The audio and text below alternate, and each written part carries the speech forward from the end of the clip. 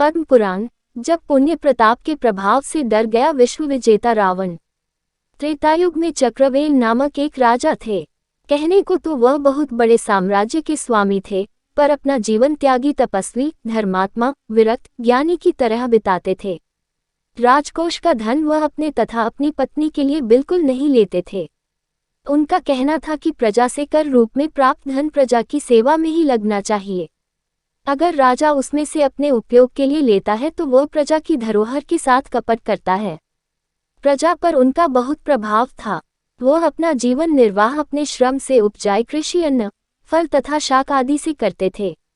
उनकी पत्नी भी आभूषण रहित बहुत सादगी से रहती थी। एक बार राज्य में किसी पर्व पर मेला लगा तो मेले में चक्रवेल के राज्य की प्रजा खूब सज धज कर आई। स्त्रियां रेशमी वस्त्रों तथा स्वर्णाभूषणों से सजी धजी थीं। ऐसी ही कुछ स्त्रियां जब महारानी से मिलने आईं तो उन्होंने देखा कि उनकी महारानी सूती वस्त्रों में बिना किसी आभूषण के एक दासी से भी दीनहीन लग रही थी, मगर महारानी को कुछ भी ऐसा नहीं लग रहा था कि वह बिना आभूषण के हैं। ये देखकर उन स्त्रियों ने कहा, महारानी जी, आप इतने समृद्ध राज्य की महारानी हैं। आपके राज्य की प्रजा धन धान्य से कितनी सुखी तथा संपन्न है, यह आप इसी से जान ले कि आप जैसी सामान्य वस्त्र तथा अलंकरण के बिना कोई भिखारिन भी इस मेले में नहीं दिख रही है। आपका इस तरह रहना हम प्रजा का अपमान है। आप सम्राट से कहकर एक महारानी जैसे वस्त्र अलंकरणों से सज्जित होकर रहें। पद प्रतिष्ठा के अनुसार रहन सहन होना चाहिए। वे स्त्रियां इस तरह की बातें करके महारानी के मन पर अपना प्रभाव डाल गईं।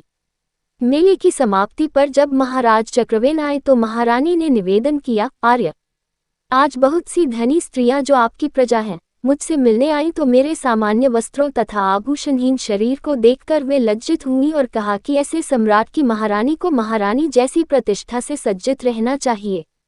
आप मेरे लिए महारानी जैसे वस्त्र आभूषण ला दीजिए। चक्रवेल राजा ने सोचा कि थोड़ी देर के कुसंग से रानी की बुद्धि कैसे विचलित हो गई। फिर उन्होंने प्रकट रूप से कहा, रानी, मेरे पास वैसा वस्त्र आभूषण लाने के लिए धन कहाँ है। मैं राजकोष से अपने या तुम्हारे लिए धन नहीं ले सकता। पर स्त्री हठ तो स्त्री हठ, वह भी रानी का हठ। बहुत समझाया, पर रानी ने जब बहुत आग्रह किया तो राजा ने कहा, ठीक है, एक ही उपाय है, मैं किसी और से तुम्हारी इच्छा पूर्ति के लिए धन का प्रबंध करता हूँ। दूसरे दिन राजा ने अपने मंत्री से कहा, मंत्रिव, आप लंका के राजा राक्षसराज रावण के पास जाइए। उसकी राजधानी लंकापुरी तो स्वर्ण मंडित है। उससे कहो राजा चक्रवेल को कर के रूप में 1.25 मन सोना दे दो। मंत्री ने कहा, महाराज, रावण आपके अधीन नहीं है, वह आपको कर क्यों देगा। राजा ने कहा, अधीन नहीं है, ये ठीक है, पर वह सपन है, इसलिए मेरी आवश्यकता को जानकर वह स्वर्ण देगा। अगर मना करेगा तो फिर मैं उसे अपने पराक्रम से अपने अधीन कर लूंगा। मंत्री अपने राजा की प्रभाव शक्ति को जानता था। उसके एक आदेश पर ही सब पराभूत हो सकते हैं। मंत्री रावण के दरबार लंका में गया और महाराज चक्रवेल का आदेश सुनाया।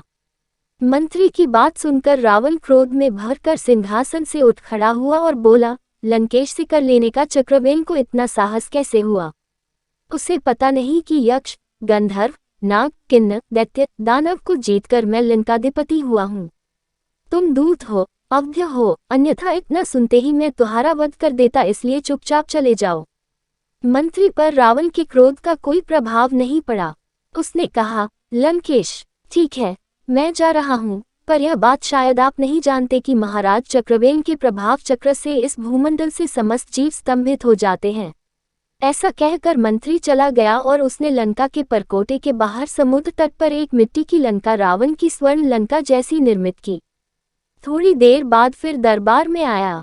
दोबारा उसे आया देख रावण ने कहा, अब क्यों आए हो। मंत्री ने कहा, महाराज, अब कुछ लेने नहीं आया, आपको एक कौतुक दिखाने आया हूँ। आप मेरे साथ पूर्व दिशा के परकोटे के बाहर चलने का थोड़ा कष्ट करें। रावण बाहर आया तो मंत्री ने स्वनिर्मित मिट्टी की नकली लंका दिखाकर कहा, महाराज, ये लंका आपकी लंका की नकल है। मैं इसकी एक दिशा के कंगूरों को गिराता हूँ। ये कहकर उसने कहा, महाराज चक्रवेल की दुहाई है, लंकेश कर नहीं दे रहा है। ये कहकर उसने नकली लंका के उस दिशा के कंगूरों को तोड़ दिया। उसके टूटते ही असली लंका का वह भाग भर भराकर ध्वस्त हो गया। देखकर रावण को आश्चर्य हुआ। रावण की ये दशा देखकर मंत्री ने कहा, लंकापति महाराज चक्रवेल को कर लेने के लिए युद्ध की आवश्यकता नहीं पड़ेगी। उनका अदृश्य पुण्य चक्र पल भर में आपकी इस स्वर्ण नगरी को ध्वस्त कर देगा। विश्वास न हो तो अपनी आंखों से पूरी लंका को मटियामेट होकर समुद्र में समाते देख सकते हैं। रावण इतना ही देखकर डर गया। उसने 1.25 मन सोना देकर मंत्री को विदा किया। मंत्री सोना लेकर महाराज चक्रवेल तथा महारानी के सामने उपस्थित हुआ। रानी ने मंत्री से पूछा, ये सोना तुम कहाँ से और कैसे लाया? मंत्री ने सारी घटना सुना दी। रानी अपने पति के नाम के प्रभाव का प्रताप सुनकर बड़ी लज्जित हुई कि उसने अपने पति के पुण्य प्रताप को नहीं जाना, जिसके नाम की दुहाई से ही लंका ध्वस्त हो सकती है, रावण कर दे सकता है। उसके लिए वस्त्र आभूषणों का क्या महत्व है? रानी ने कहा, मंत्रव, आप ये सारा सोना लंकेश को तत्काल लौटा आएं। इस घटना से मुझे वे वस्त्र आभूषण प्राप्त हो गए जो शरीर को नहीं, आत्मा को अलंकृत करते हैं। मेरे हृदय पर पड़े थोड़ी देर के कुसन का प्रभाव मिट गया है। मंत्री ने सारी बात बताकर सारा सोना लंकापति को वापस कर दिया। रावण के हृदय पर चक्रवेल के त्याग का अत्यधिक प्रभाव पड़ा। मंत्री को उसने बड़े आदर सत्कार से विदा किया। कहानी पसंद आई हो तो चैनल को सब्सक्राइब करें प्लीज और वीडियो को लाइक शेयर करें। ऐसी ही और कहानियां सुनने के लिए बेल प्रेस करें। प्रभु श्री राम की कृपा बनी रहे। धन्यवाद। आपका दिन शुभ हो। बच्चों, ये कहानी आपको कैसी लगी?